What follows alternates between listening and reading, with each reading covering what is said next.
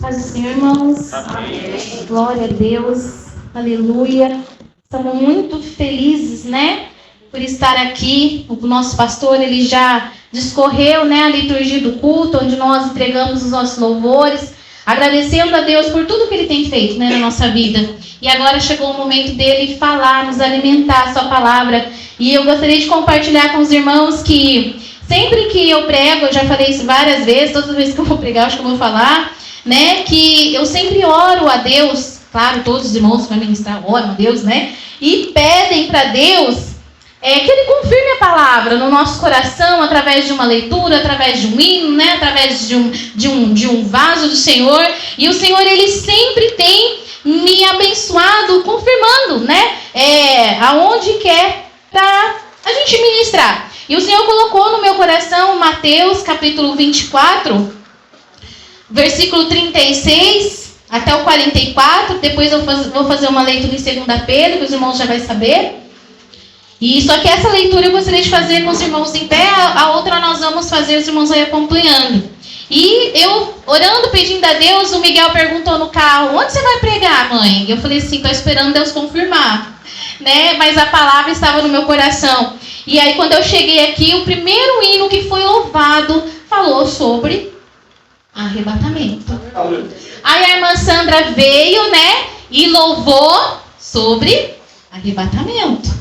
Aí a irmã Josi veio, louvou e falou sobre arrebatamento. E é sobre arrebatamento que o Espírito Santo quer ministrar ao meu e seu coração. E eu tenho certeza absoluta que assim como ele deu essas 3 confirmações para mim, ele vai falar poderosamente ao meu e ao seu coração. Amém? Mateus capítulo 24, versículo 36, vai dizer assim, ó: mas daquele dia e hora ninguém sabe, nem os anjos do céu, mas unicamente o Pai. E como foi nos dias de Noé, assim será também a vinda do Filho do Homem. Porquanto assim como nos dias anteriores ao dilúvio, comiam, bebiam, casavam e davam-se em casamento, até o dia em que Noé entrou na arca. E não perceberam, até que veio o dilúvio e os levou a todos. Assim será também a vinda do Filho do Homem. Então, estando 2 no campo, será levado um e deixado outro. E estando 2 moendo no moinho, será levado uma e deixada a outra. Vigiai, pois, porque não sabeis a que horas há de vir o vosso Senhor. Mas considerai isto: se o pai da família soubesse a que vigília da noite havia de vir o ladrão, vigiaria e não deixaria roubar a sua casa. Por isso, estai, pois, apercebidos também, porque o Filho do Homem há de vir a hora em que não penseis. Amém? Senhor nosso Deus, nosso Pai, nós já recebemos a oração do nosso irmão Roberto, ó Pai, e mais uma vez eu quero apresentar, Senhor, os nossos corações nas Tuas mãos. Pai, aqui está, Senhor, as nossas vidas derramadas no Teu altar. Somos carentes e necessitados da Tua palavra. Pai, ministra ao nosso coração aquilo que o Senhor quer que nós, ó Pai, aprendamos do Senhor. Seja exortação, Senhor amado, seja o que o Senhor quiser, mas nos prepara para o grande dia da sua vinda, para que nós não sejamos pegos de surpresa, assim como o Senhor diz na sua palavra. Em nome de Jesus eu te peço e te agradeço. Amém. Amém. Deus abençoe os irmãos. Pode assentar. Se os irmãos quiserem abrir a Bíblia lá em 2 Pedro, no capítulo 3, né? Que vai falar, tá? A gente vai falar um pouquinho aqui também sobre a segunda vinda de Cristo. Não se preocupe, irmãos, que apesar de eu ter trazido o meu caderninho, né? Minha colinha, pode ficar tranquilo que nós não vamos falar sobre escatologia, né? Propriamente dita, como vai ser dividido o arrebatamento, como vai ser dividida a segunda vinda de Cristo, né? Não vamos entrar nesse aspecto, não. O que o Senhor quer falar no nosso coração é um pouquinho mais profundo que mera teologia, que eles nem entram em consenso, né? Se vai ser antes da tribulação, se vai ser no meio da tribulação, se vai ser pós-tribulação, né? Não é esse o nosso intento. É claro que a nossa igreja, Assembleia de Deus, tem a nossa linha de pensamento, né? Nós somos pré-tribulacionistas, acreditamos que seremos, raptados, tirados dessa terra antes que inicie, a grande tribulação. Mas, irmãos, não é sobre isso que eu quero falar nessa noite. Hoje eu quero falar sobre, a gloriosa esperança do arrebatamento. Estamos preparados? Estamos preparados para essa gloriosa esperança? Como o pastor bem lembrou, na nossa escola dominical, hoje nós falamos sobre as promessas de Deus para a igreja. E entre uma das promessas, está o arrebatamento da igreja. A nossa viva esperança, é a gloriosa esperança que nós temos de que quando o Senhor Jesus subiu ao céu, aqueles homens, o Lucas vai dizer lá em Atos dos Apóstolos, contando lá para Teófilo, o que estava acontecendo naqueles dias, ele disse, olha, quando Jesus subiu ao céu, desceu ali 2 anjos, e eles disseram para aqueles homens que estavam ali, o que vocês estão olhando? Porque este Jesus, esse mesmo Jesus que foi crucificado, que foi maltratado, ressuscitou no 3º dia, pisou com vocês mais 40 dias nessa terra, esse mesmo Jesus, como vocês viram ele subir, ele vai descer. Louvado seja o nome do Senhor. Lucas estava dizendo assim, olha, o próprio Senhor Jesus disse, ele falou lá em João 14, ele falou assim, olha, eu vou, mas eu vou lá preparar-vos lugar e eu vou vir buscar vocês para onde eu estiver, estejais vós também. Essa é a nossa esperança, essa é a gloriosa esperança do cristão. Não faz sentido nessa terra, irmãos, nós vivemos e pensarmos, nossa, cadê o arrebatamento? Tá longe, não vai acontecer, vou continuar vivendo a minha vidinha libertina, vou continuar vivendo a minha vida de mentiras, vou continuar vivendo a minha vida de aparência. Chega no dia do culto, vamos colocar a nossa máscara, de crente, o nosso rosto de crente, e vamos para a igreja, porque o arrebatamento está longe, vai ter muito tempo. Mas aí vem Pedro falando para nós assim, amados, escrevo-vos agora essa segunda carta, em ambas as quais desperto com exortação a pureza do vosso entendimento, para que vos lembreis das palavras que dantes foram ditas pelos santos profetas e do nosso mandamento como apóstolo do Senhor e Salvador, sabendo primeiro isto, que nos últimos dias virão escarnecedores, andando segundo as suas próprias concupiscências e dizendo, onde está a promessa da sua vinda? Porque desde os meus pais dormiram, todas as coisas permanecem como desde o princípio da criação. Vamos parar aqui nesse versículo.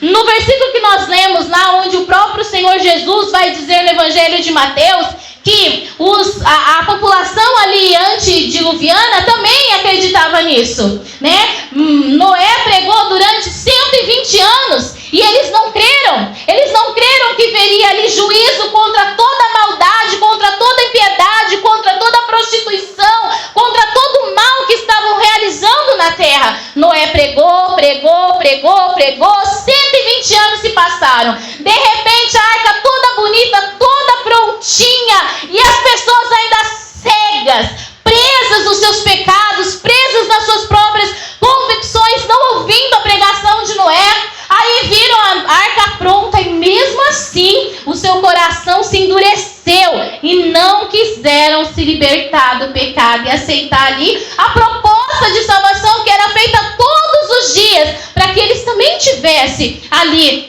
a salvação daquela destruição que viria. E aí começou a vir então os animaizinhos, Então o Senhor Deus mandou que os animaizinhos fossem para a arca. E mesmo assim, os homens vendo essa situação, os homens vendo essa situação, os animais vindo de 2 em 2, entrando na arca, Noé não precisou sair desesperado, colocando marcação em cada espécie de animal, não. O próprio Senhor Deus, o Criador deles, foi chamando e falou, vai, tá vendo? Vai para a arca, chama mais um casalzinho, vai para a arca, chama mais um, vai para a arca. E assim foi ali, irmãos, todos aqueles animais entrando na arca, e os homens vendo os animais pregarem, os animais estavam pregando também que a salvação ainda estava ali, aberta, a porta ainda estava aberta da arca,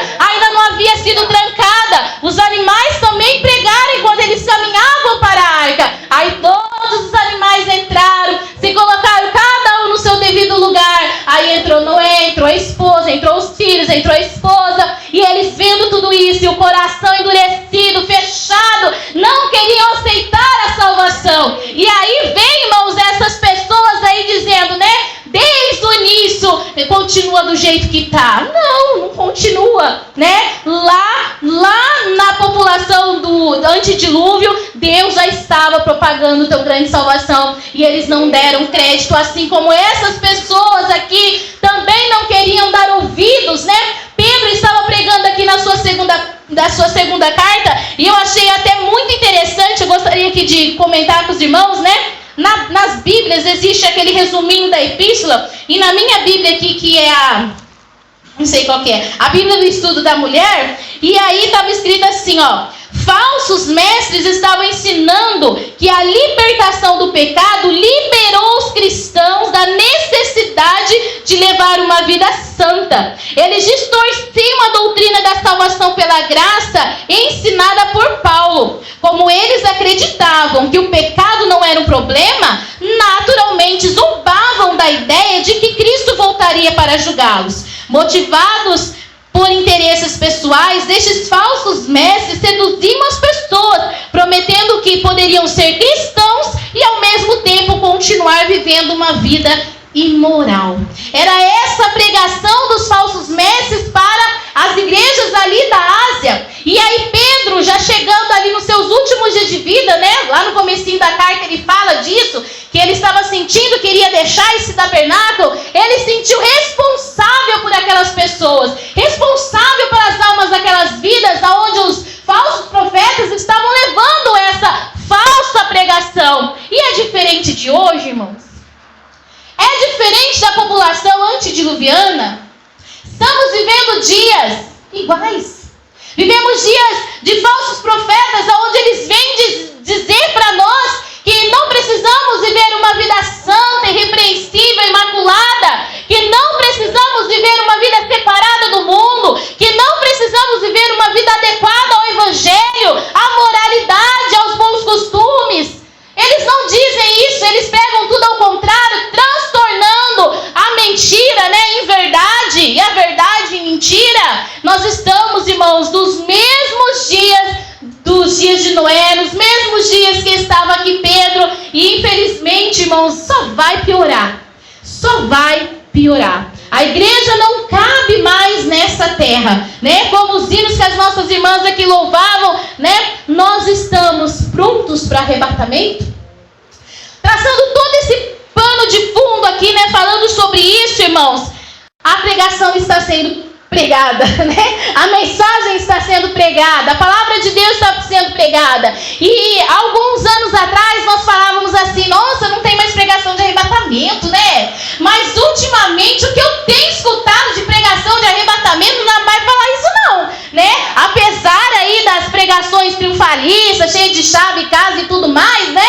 Mas a palavra sobre arrebatamento está sendo pregada nas igrejas, está sendo anunciada. Por quê, irmãos? Porque está chegando os últimos momentos da igreja nessa terra. Não se preocupe, todo o sofrimento, toda a dor, tudo que nós passamos aqui está pertinho de terminar. Mas como os irmãos louvaram, está na palavra do Senhor, para a igreja, para o salvo será alegria, será um momento triunfante, será um momento de grande expectativa, né? A nossa irmã cantou que Jesus vai pegar a nossa mãe e falar: vamos lá, eu quero apresentar você para o meu Pai, eu quero apresentar você para o Criador do Universo.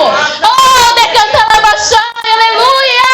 Para nós será alegria, para nós será gozo, para nós será, irmãos, meu Pai, uma transformação gloriosa. Nada se compara nessa terra com esse momento poderoso, maravilhoso, glorioso, que a igreja de Cristo tem a promessa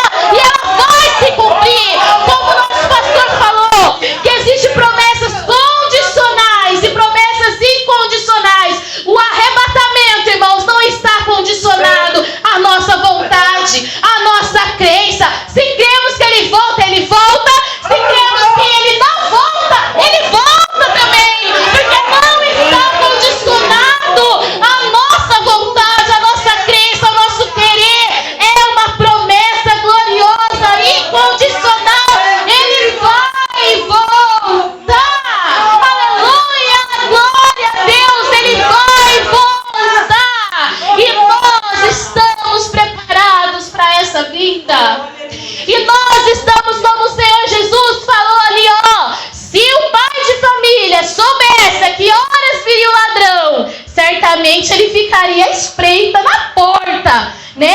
Aqui não, eu defendo minha casa, minha família com todas as forças. E nós estamos defendendo a nossa casa, a nossa família, a nossa vida, a nossa integridade, o nosso zelo pelo Evangelho com todas as nossas forças. O Senhor Jesus, Ele quer hoje nos lembrar de que Ele foi, mas Ele vai voltar. Ele vai voltar. E a gente precisa estar, irmãos, preparadinhos. E aqui, assim como esses falsos profetas diziam, onde está a promessa da sua vinda? Quantas vezes, irmãos, nós temos escutado isso? Quantas vezes, eu acredito que se você tem uma longa caminhada na igreja, com certeza você ouviu mais de uma vez isso, alguém falando dessa forma, né? Principalmente os mais jovens. E aí, nesses tempos aqui também, há 2000 anos atrás, também se falavam, né? Faziam essa pergunta para os apóstolos: onde está a promessa? Porque desde os pais dormiram, todas as coisas permanecem como desde o princípio da criação. Ele já estava enganado, porque não, né? Houve o dilúvio, acabou com toda aquela parte da humanidade, ficou só Noé e seus filhos e os animaizinhos que entraram na arca, né? Então não permanece desde a criação. Porque voluntariamente ignoram isto, que pela palavra de Deus, já desde a antiguidade existiram os céus e a terra, que foi tirado da água e no meio da água subsiste. Olha aqui essa palavrinha, ó. Voluntariamente ignoram isto. Por que ignoram? Porque a palavra confronta. Porque acreditar que Jesus vai voltar é dizer, vem juízo. Acreditar que Jesus vai voltar requer de nós uma vida de santidade, requer uma vida de diligência, requer uma vida de oração, de jejum, de leitura da palavra, né? Requer uma vida transformada dia após dia, até que a gente alcance a estatura de varão perfeito, não é verdade? Então, voluntariamente, essas pessoas, elas não querem acreditar, elas deliberadamente não querem acreditar. Por quê? Porque confronta. Se eu não acredito, não tem problema. Se eu não acredito, eu não preciso de santidade, de moralidade. Não. Então, voluntariamente, eles desacreditam. Mas nós não. Nós acreditamos, aguardamos ansiosamente. Pelas coisas pereceu o mundo de então, coberto com as águas do dilúvio. Mas os céus e a terra que agora existem, pela mesma palavra, se reservaram como tesouro e se guardam para o fogo até o dia do juízo e da perdição dos homens ímpios. Então, eles querendo ou não, eles pensando assim, voluntariamente ou não, a terra já tem um destino programado. E os ímpios também já têm um destino programado. Não que Deus queria, não. Deus queria o relacionamento entre o homem e Deus. Ele quer que toda a humanidade se salve. Mais embaixo aqui, ó, no versículo 9, diz assim, ó: o Senhor não retarda a sua promessa, ainda que alguns tenham por tardia, mas Ele é longânimo para conosco, não querendo que alguns se percam, senão que todos venham a arrepender-se. Apesar de já ter um destino para os ímpios, para aqueles que não servem a Deus, Deus retarda a sua promessa porque Ele é bondoso, Ele é misericordioso, Ele é gracioso. Ele diz: eis que estou à porta e bato. Se alguém ouvir a minha voz e abrir, eu vou entrar e vou cear com Ele. Ele é longânimo, Ele é misericordioso. Ele está dando tempo para mim, Ele está dando tempo para você, Ele está dando tempo para o ímpio, Ele está dando tempo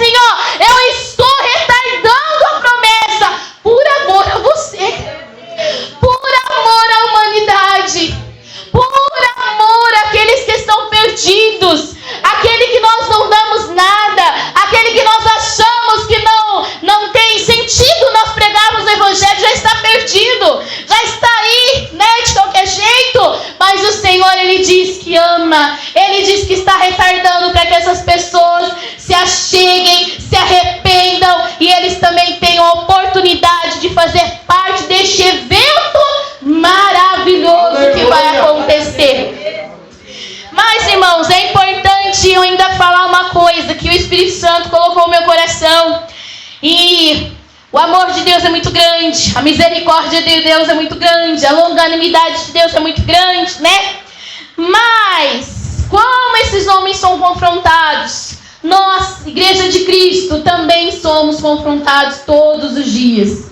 Nós também, servos do Senhor, somos confrontados todos os dias para viver uma vida santa, justa e piamente. Quando estava fazendo o esboço desse estudo, olha, irmãos, eu disse para os irmãos que eu pedi a orientação do Espírito Santo, eu pedi confirmação do Espírito Santo, mas eu busquei ele antes, está tudo anotadinho aqui, tá bom? Não foi porque o hino foi cantado, não, e eu, vou falar sobre arrebatamento, né? Não, foi uma confirmação de Deus daquilo que ele já tinha dado ao meu coração. E quando eu estava estudando, né, um dos comentários que eu li falava assim, que agora os 7 pecados capitais modernos, né? Antigamente nós tínhamos os pecados capitais, né? Ai, meu Deus, Bruna, ajuda eu. Gula, luxúria,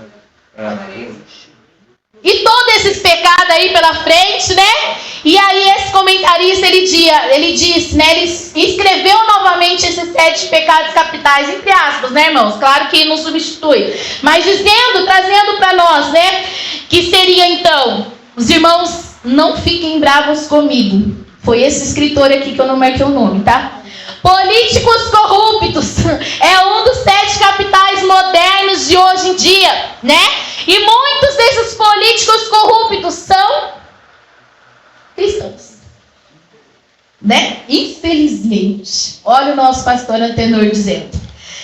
O segundo pecado capital moderno é o enriquecimento sem trabalho. Como está uma onda de enriquecer sem precisar, né, ir lá na labuta, ir lá carpir, ir lá trabalhar, ir lá, né, ser vendedor, ser qualquer profissão digna, né? Como está em alta esse enriquecimento sem trabalho, sem esforço, né? O prazer sem consciência é um outro pecado capital. Vale tudo para a minha alegria, para a minha satisfação. A vida é curta, né? Daqui a pouco a gente morre e fica tudo aí. Vamos para balada, vamos bagunçar, vamos fazer tudo que tem direito. Prazeres sem consciência do que vem depois disso para a família, para a pessoa, para o corpo e para a alma também, né?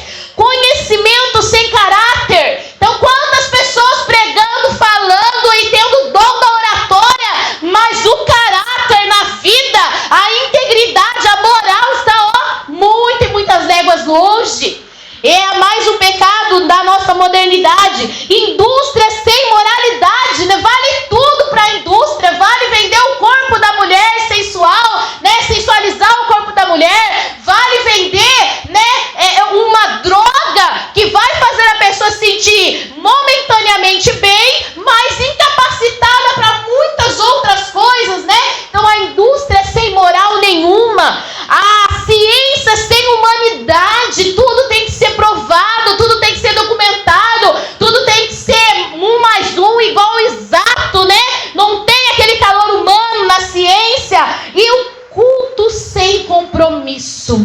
Irmãos, de todos esses pecados que esse comentarista elencava, eu parei nesse aqui e falei, meu Deus, o culto sem compromisso, né? O culto sem compromisso é viver uma vida, irmão, sem compromisso. Não é só apenas estar aqui no culto. Não, é viver uma vida sem compromisso. É estar aqui todos os domingos religiosamente, todas as escolas bíblicas, todos os ensinos bíblicos, mas viver uma vida sem comprometimento com o evangelho, sem a palavra pregada, sem a palavra, sem demonstrar em ações, sem amar o próximo, sem, né, ter as virtudes do Espírito Santo, sem produzir o fruto do Espírito Santo na sua vida, que é paz, longanimidade, bondade, temperança, fé, mansidão, né? Sem produzir esse fruto do Espírito na sua vida diária. o culto sem compromisso. Então, é isso que o mundo ofereceu para a população antediluviana, é isso que o mundo oferecia ali para os... Essa carta foi escrita, né, para o pessoal da Ásia Menor, né? Provavelmente, como foi a primeira carta, era isso que estava sendo pregado naquele lugar, e é isso que está se pregando nos dias de hoje, na modernidade. Todos esses pecados, né, capitais, entre aspas, levando a humanidade de mal a pior, né? Mas nós precisamos lembrar que temos uma promessa, e essa promessa, ela nos confronta todos os dias a buscar o fruto do Espírito, a buscar o Espírito Santo cada dia mais, revestindo as nossas vidas, para que a gente possa estar pronto para o dia, para o grande e glorioso dia, em que a trombeta vai tocar, e nós vamos ouvir e subir triunfantemente, encontrar com o Senhor nos ares, participar da promessa das bodas do Cordeiro, participar das entregas dos galardões. Meu Deus, irmãos, o que pode substituir isso nessa vida? Dos seus 70, 90 anos, o que pode substituir essa maravilhosa promessa? Nada, irmãos, nada pode nos, né, separar dessa gloriosa promessa. Mas essa promessa, ela vem exigir de nós, irmãos, urgência em responder ao chamado. E qual é esse chamado? Santidade e vigilância. Próprio Senhor Jesus fala: vigiai e orai. Orai e vigiai, né? Estejam vigilantes, estejam constantes em oração. Porque só assim, irmãos, nós vamos conseguir vencer as ciladas do inimigo. E aí, para encerrar, que já são 8:55, vou pular aqui, né, meus comentários. Como nós podemos, irmãos, permanecer firmes, firmados, para alcançar essa promessa gloriosa da presença do Senhor? Lá em Efésios capítulo 6, versículo 10, vai trazer para nós, né, a armadura que o Senhor nos concede para que a gente consiga vivenciar esses ataques malignos, satânicos, esses dardos inflamados, e não sermos comprometidos nessa caminhada. Lá em Efésios 6:10 vai dizer sobre cada peça da armadura, irmãos, é uma peça de preparo, é uma peça que nós temos ao nosso favor, para que a gente consiga viver essa vida de santidade, de vigilância, de poder, de ousadia, para cumprir a nossa missão nessa terra até o dia em que o Senhor vier nos buscar, seja no arrebatamento ou seja hoje, né? Talvez hoje seja o arrebatamento, talvez hoje seja o nosso arrebatamento, né?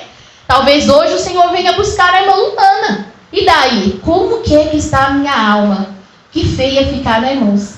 Se o arrebatamento viesse, eu ficasse. Sangue de Jesus tem poder na minha vida. Mas nós precisamos, irmãos, ter essa consciência. Nós precisamos olhar para dentro de nós e falar: Senhor, há algo em nós que nos impede hoje do Senhor vir me buscar. E sermos sinceros com Deus. E Ele vai nos dizer assim: isso.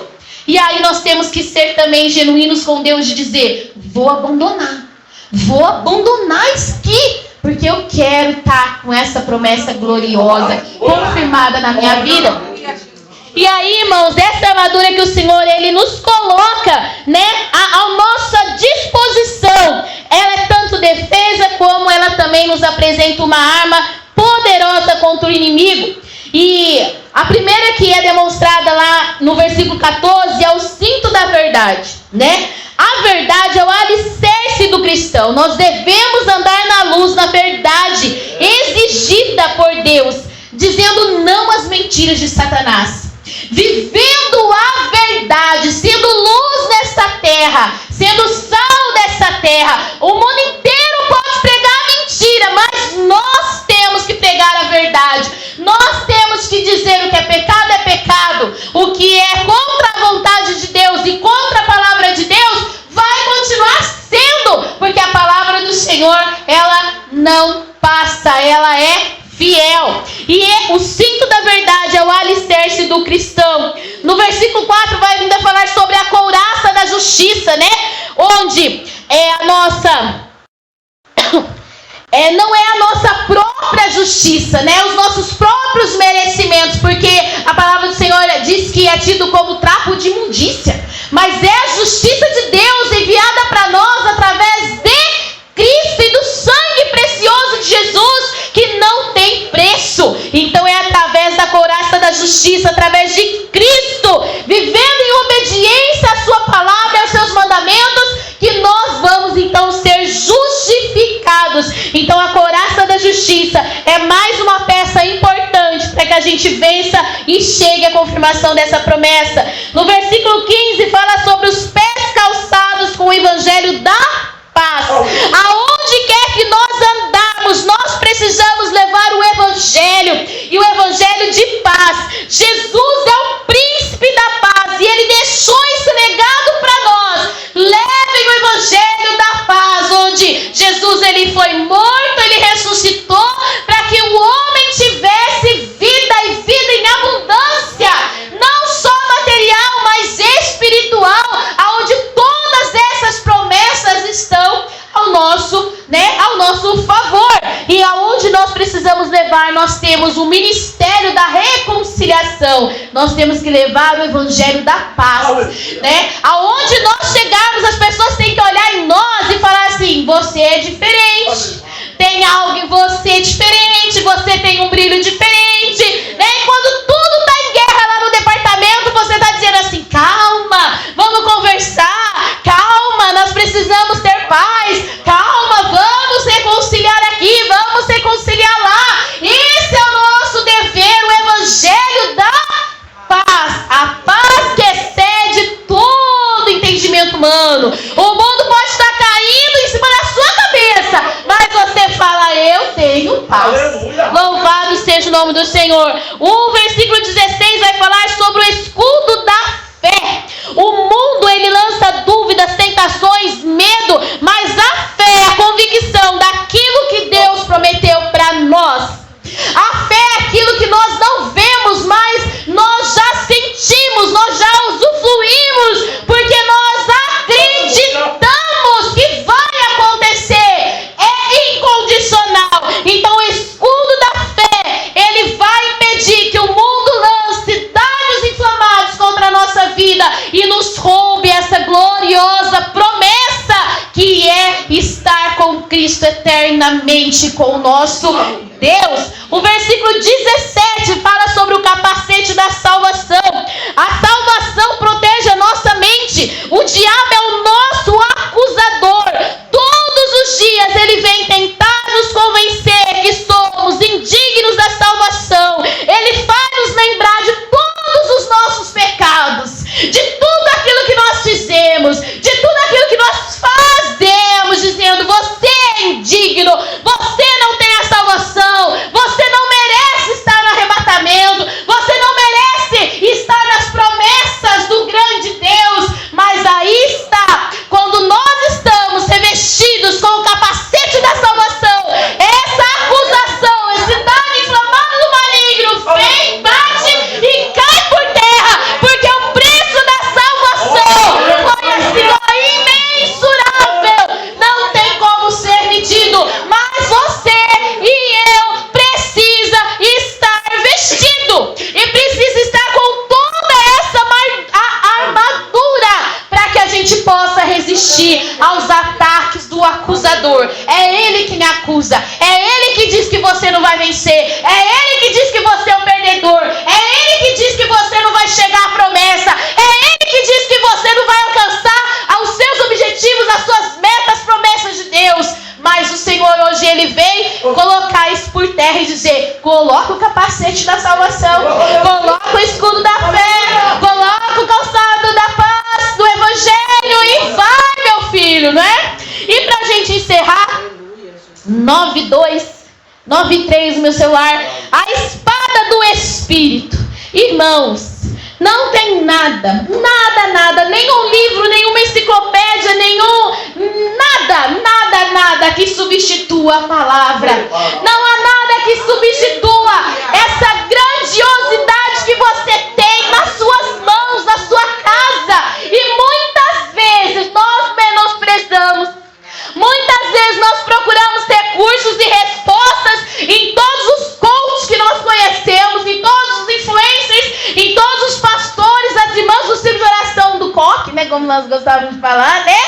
Procuramos resposta em tudo, mas esquecemos que a resposta, ela está aqui. Olha, um dedinho assim, ó. A gente abre e está aqui.